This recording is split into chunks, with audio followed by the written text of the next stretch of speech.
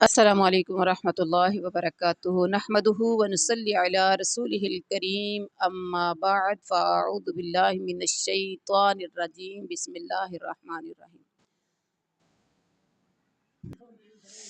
وَلَقَدْ آتَيْنَا اور بلا شبہ یقیناً دی ہم نے لقمان کو حکمت انشکر یہ کہ تو شکر کر للہ اللہ کے لیے وَمَن یشکر اور جو شکر کرتا ہے فَإِنَّمَا تو بے شک صرف یشکر وہ شکر کرتا ہے لنفسی اپنے نفس کے لیے وَمَن کفر اور جو ناشکری کرے فَإِنَّ اللَّهَ تو بے شک اللہ تعالیٰ غنی بہت بے پرواہ حمید تعریف والا ہے۔ اور ہم نے یقیناً لقمان کو حکمت دی تھی کہ تو اللہ کا شکر کر، ہر شکر کرنے والا اپنے نفع کے لیے شکر کرتا ہے، اور جو بھی ناشکری کرے وہ جان لے کہ اللہ بے نیاز تعریفوں والا ہے۔ ہم نے لقمان کو یقیناً حکمت دی تھی۔ غور کیجئے گا، حضرت لقمان کون تھے جن کا اسپیشلی اللہ کے نے یہاں تذکرہ کیا ہے؟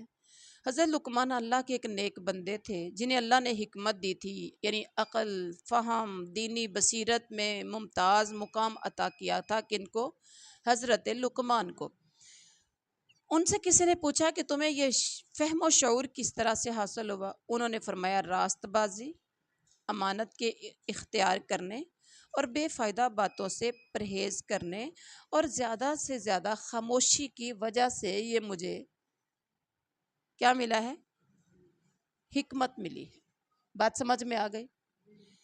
انہوں نے جب یہ بات کہی، ان کا حکمت و دانش پر مبنی ایک واقعہ یہ بھی مشہور ہے کہ یہ غلام تھے۔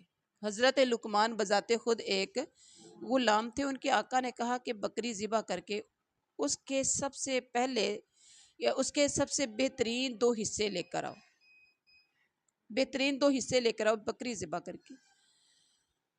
تو وہ زبان اور دل لے کر آ گئے۔ ایک دوسرے موقع پر پھر ان کے مالک نے کہہ دیا کہ بکری ذبح کر کے اس کے سب سے بدترین دو حصے لے کر آنا۔ پھر وہ زبان اور دل نکال کر لے آئے،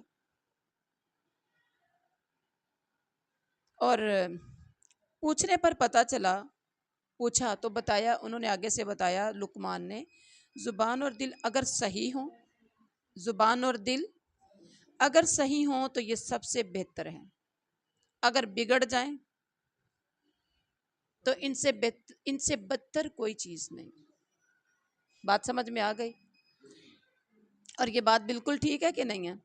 اور اس کے بعد شکر گزاری کا مطلب یہ کہ اللہ کی نعمتوں پر اس کی حمد و ثنا اور اس کے احکام کی فرما برداری کی جائے، اس کے احکام کو مانا جائے۔ وَإِذْ قَالَ لقمان اور جب کہا لقمان نے لِابْنِهِ اپنے بیٹے سے، وَهُوَ يَعِظُهُ جب کہ وہ نصیحت کر رہا تھا اس کو، یا بنیا اے میرے بیٹے، لا تشرک باللہ اللہ کے ساتھ شرک نہ کرنا، ان الشرک بے شک شرک لظلم عظیم یقیناً بڑا ظلم ہے۔ اور جب کہ لقمان نے واز کرتے ہوئے اپنے بیٹے سے فرمایا کہ میرے پیارے بیٹے، یا بنیا اے میرے پیارے بیٹے، اللہ کے ساتھ شریک نہ کرنا، بے شک شرک بڑا بھاری ظلم ہے۔ یہ حضرت لقمان کا قول ہے، اور اللہ تعالیٰ نے اس کے قول کی تائید فرما کر اسے بصورت قرآن نازل کر دیا۔ جو الفاظ باپ اپنے بیٹے کے سامنے رکھ رہا تھا، قرآن نے وہی الفاظ اللہ تعالیٰ نے قرآن میں رکھ دیے۔ سبحان اللہ۔ اور اس کی دلیل وہ ہے کہ الذین آمنوا ولم یلبسوا ایمانہم بظلم، کہ جس میں نبی صلی اللہ علیہ وسلم نے فرمایا کہ یہاں ظلم سے مراد عام ظلم نہیں ہے بلکہ شرک ہے۔ کیا تم نے لقمان کی بات نہیں سنی تھی جو اس نے اپنے بیٹے سے کہی تھی؟ ان الشرک لظلم عظیم، شرک ظلم عظیم ہے۔ ووصینا الانسان اور ہم نے انسان کو وصیت کی، بوالدیہ کہ اپنے والدین کے ساتھ،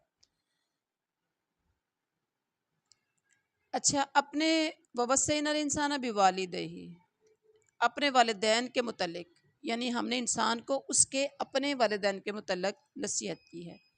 حملتہ اٹھائے رکھا اسے، امہ اس کی ماں نے، وہنن کمزوری، علا وہنن کمزوری پر کمزوری کے باوجود، وفی سالو اور اس کا دودھ چھڑانا، فی عامین 2 سالوں میں، انشکر لی یہ کہ تو شکر کر میرا، ووالدیک اور اپنے والدین کا، الی المصیر اور میری طرف ہی تم سب کا لوٹنا ہے۔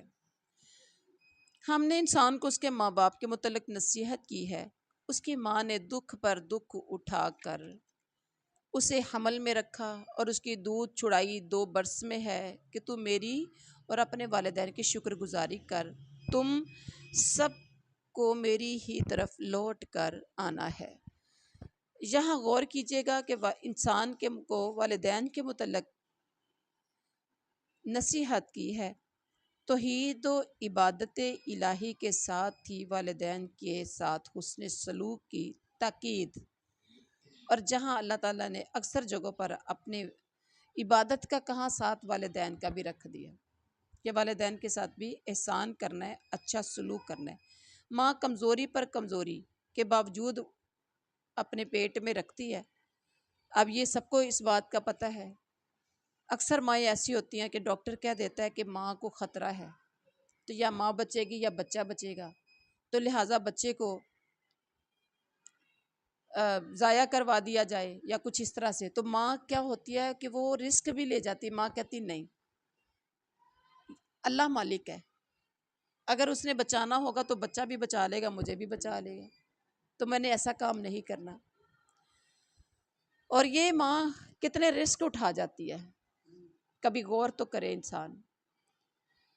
اور اللہ کہتے ہیں کہ شکر کر، انسان اپنا بھی شکر، اپنے والدین کا بھی شکر کرے اور میرا بھی شکر کرے۔ اس کے بعد وہ ان جاہدا کا، والدین کی کہاں تک بات کرنی، اگر وہ دونوں زور دیں تجھے، کوشش کریں تیرے ساتھ اس بات پر کہ تو شرک کرے یا شریک ٹھہرائے بھی میرے ساتھ، ما لیس لک بہ علم، جس کا تجھے علم نہیں ہے، فلا تطعہما، تو تم نہ اطاعت کرو ان دونوں کی، وصاحبہما فی الدنیا، اور سلوک کرو ان دونوں کے ساتھ دنیا میں، معروفاً اچھے طریقے سے، واتبع، اور تو پیروی کر، سبیلا، راستے کی، من اناب، جو رجوع کرے، الیہ، میری طرف، ثم، پھر، الیہ، میری طرف، مرجعکم، تمہارا لوٹ کر آنا ہے، فأنبئکم، تو میں تمہیں بتا دوں گا، بما، اس کی، کنتم، جو تھے تم، تعملون، عمل کرتے، میں تمہیں خبر دوں گا۔ اچھا، یہاں ہے با محاورہ ترجمہ، آپ نے دیکھنا ہے، وَإِن جَاهَدَاكَ، اور اگر وہ دونوں تجھ پر اس بات کا، پیچھے تو انسان کو کہا نا کہ اپنے والدین کا کیا کر، انسان کو والدین کے متعلق نصیحت کی ہے، اور پھر انسان سے یہ بھی بات کہی کہ اگر وہ دونوں تجھ پر اس بات کا دباؤ ڈالیں کہ تم میرے ساتھ شریک کرے جس کا تجھے علم نہ ہو، تو پھر تو نے ان کا کہنا نہیں ماننا۔ ہاں، دنیا میں ان کے ساتھ اچھی طرح بسر کرنا، دنیا میں ان کی طرح اچھی طرح بسر کرنا، اور اس کی راہ چلنا جو میری طرف جھکا ہوا ہو، تمہارے رب، تمہارا سب کا لوٹنا میری طرف ہی ہوگا، جو کچھ تم کرتے ہو میں تمہیں اس کی خبر دے دوں گا۔ اب یہاں غور کیجئے، میری طرف تم سب کا لوٹ کر آنا ہے، اہل ایمان کی پیروی اس لیے کرو کہ بالآخر تم سب کو میری طرف آنا ہے، اور میری ہی طرف رجوع کرو، اس سے تمہیں اچھی جزا ملنی ہے اللہ کے ہاں۔ اگر میرے راستے کی پیروی کرو گے، مجھے یاد یعنی رکھتے ہوئے زندگی گزارو گے، تو قیامت والے دن میری عدالت میں سرخرو ہو جاؤ گے۔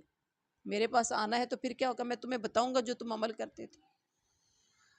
تو یہ سلسلہ کلام حضرت لقمان کی وصیتوں سے متعلق تھا۔ اب آگے پھر وہی وصیتیں شروع ہو رہی ہیں۔ حضرت سلیمان نے پیچھے آیات میں آپ نے دیکھا کہ انہوں نے کہا کہ بیٹا ظلم عظیم ہے شرک، حضرت لقمان کے بعد پھر یہ کتنی آیات آئی ہیں، وَوَصَّيْنَا الْإِنسَانَ، ایک آیت ہے، وَإِن جَاهَدَاكَ، 2 آیات، یہ 2 آیات درمیان میں اللہ نے پھر رکھ دی۔ تو اس میں ماں باپ کے ساتھ احسان کی تاکید کی گئی ہے۔